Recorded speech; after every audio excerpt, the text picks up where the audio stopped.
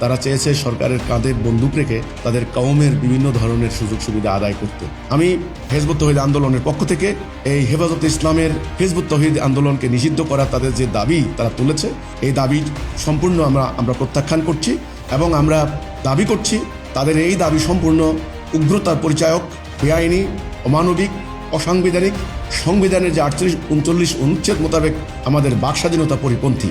প্রতিষ্ঠার শুরু থেকে আজ পর্যন্ত হিজবুত তৌহিদ আন্দোলন কোনো অন্যায় করে নাই, কোনো আইন ভঙ্গ করে নাই। মানবতার কল্যাণে ইসলামের প্রকৃত শিক্ষাকে তুলে ধরার জন্য সম্পূর্ণ বৈধ উপায়ে শান্তিপূর্ণভাবে হিজবুত তৌহিদ আন্দোলন চালিয়ে যাচ্ছে। গত কয়েক দশকের তাদের কার্যকলাপ পর্যবেক্ষণ করলে আপনারা দেখতে পাবেন দেশে মব সৃষ্টি করা, অন্যায় করা, অনৈতিক কার্যক্রম করা এবং উগ্রবাদী কার্যক্রম পরিচালনার জন্য হেফাজতে ইসলামের বিভিন্ন সংগঠন বা বিভিন্ন ব্যক্তির বিরুদ্ধে নানান ধরনের অভিযোগ প্রমাণিত এবং সেটা রয়েছে। কিন্তু হিজবুত তৌহিদ আন্দোলনের ব্যাপারে কোনো ধরনের কোনো আইন ভঙ্গ করার কোনো রেকর্ড নেই। কাজে তারা যে দাবি করছে হিজবুত তৌহিদকে নিষিদ্ধ করার, আমি মনে করি এ দাবি সম্পূর্ণ বেআইনি, সম্পূর্ণ অসাংবিধানিক, অমানবিক। সংবিধানের 38 এবং 39 অনুচ্ছেদ মোতাবেক প্রত্যেক নাগরিকের সমান অধিকার রয়েছে আইনসম্মত উপায়ে কথা বলার, বাক স্বাধীনতার, ধর্ম পালন করার, সংগঠন করার। আমরা মনে করি এই ধরনের দাবি আমাদের সেই মানবাধিকার এবং বাক স্বাধীনতার এই অধিকারকে ক্ষুণ্ণ করবে। আমরা তাদের এই দাবিকে সম্পূর্ণ প্রত্যাখ্যান করি এবং আমরা এর প্রতিবাদ জানাই, তীব্র নিন্দা জানাই। আমরা মাননীয় সরকারের কাছে আহ্বান করব, সরকার সম্পূর্ণ নিরপেক্ষ উপায়ে বিষয়টি সম্পূর্ণরূপে তদন্ত করবেন এবং তারা গত কয়েক মাস থেকে সারা বাংলাদেশে বিভিন্ন মসজিদ, মাদ্রাসায়, হাটে বাজারে মিথ্যা হ্যান্ডবিল রচনা করে হিজবুত তৌহিদ আন্দোলনের সদস্যদের জানমালের জন্য হুমকি সৃষ্টি করছে, মিথ্যা প্রপাগান্ডা চালাচ্ছে, উস্কানি দিচ্ছে। এই ব্যাপারে সরকার দ্রুত আইনের আওতায় আনবেন। আমি দেশের মানুষকে উদাত্ত আহ্বান জানাবো, দেশের মানুষ সম্পূর্ণ বিষয়টা অবগত থাকবেন এবং তাদের যে অন্যায় দাবি, সেই অন্যায় দাবিকে তারা প্রত্যাখ্যান করবেন। বিসমিল্লাহির রহমানির রহিম। সম্মানিত সুধীবৃন্দ, গতকালকে আমরা যে বিষয়টি পর্যবেক্ষণ করেছি, গণপ্রজাতন্ত্রী বাংলাদেশ সরকারের মাননীয় প্রধানমন্ত্রী রাষ্ট্রীয় সফরের অংশ হিসেবে চট্টগ্রাম, কক্সবাজার, বাঁশখালী এলাকার বিভিন্ন উন্নয়ন প্রকল্প পরিদর্শন করেন।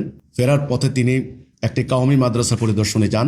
সেখানে হেফাজতে ইসলামের নেতৃবৃন্দ মাননীয় প্রধানমন্ত্রীর কাছে 9 দফা দাবি পেশ করেন। এই 9 দফা দাবি বিভিন্ন গণমাধ্যমে আসার পর সেখানে আমাদের নজরে পড়েছে। আমরা অতি উদ্বেগের সঙ্গে লক্ষ্য করেছি এই দাবির মধ্যে সম্পূর্ণ অন্যায়ভাবে এবং বেআইনিভাবে হিজবুত তৌহিদ আন্দোলনকে নিষিদ্ধ করার তারা দাবি তুলেছে। তাদের 9 দফা দাবিকে আমি প্রধানত 2টি ভাগে ভাগ করতে পারি।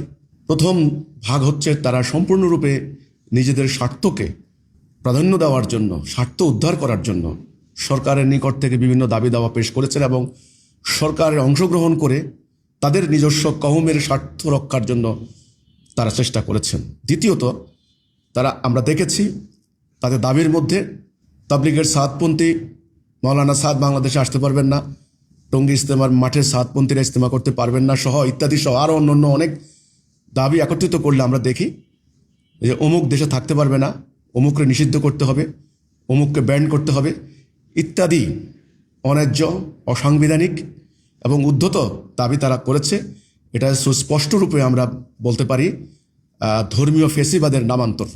বাংলাদেশের ছাত্র জনতা দীর্ঘদিন রাজনৈতিক ফেসিবাদের বিরুদ্ধে লড়াই করে একটা স্থিতিশীল সাংবিধানিক পরিবেশ বজায় রাখার চেষ্টা যখন চালাচ্ছেন, সকল মানুষের বাক স্বাধীনতা, মানবাধিকার, ন্যায় বিচার, ধর্মীয় স্বাধীনতা রক্ষার জন্য সকল দল যখন অঙ্গীকারাবদ্ধ হচ্ছেন, ঠিক এমন সময় ধর্মের নামে এই উগ্রবাদ, ধর্মের নামে এই ফেসিবাদ গতকালকে জাতি অত্যন্ত দুঃখজনকভাবে হেফাজতে ইসলামের নেতৃবৃন্দের কাছ থেকে তারা দেখতে পেয়েছে।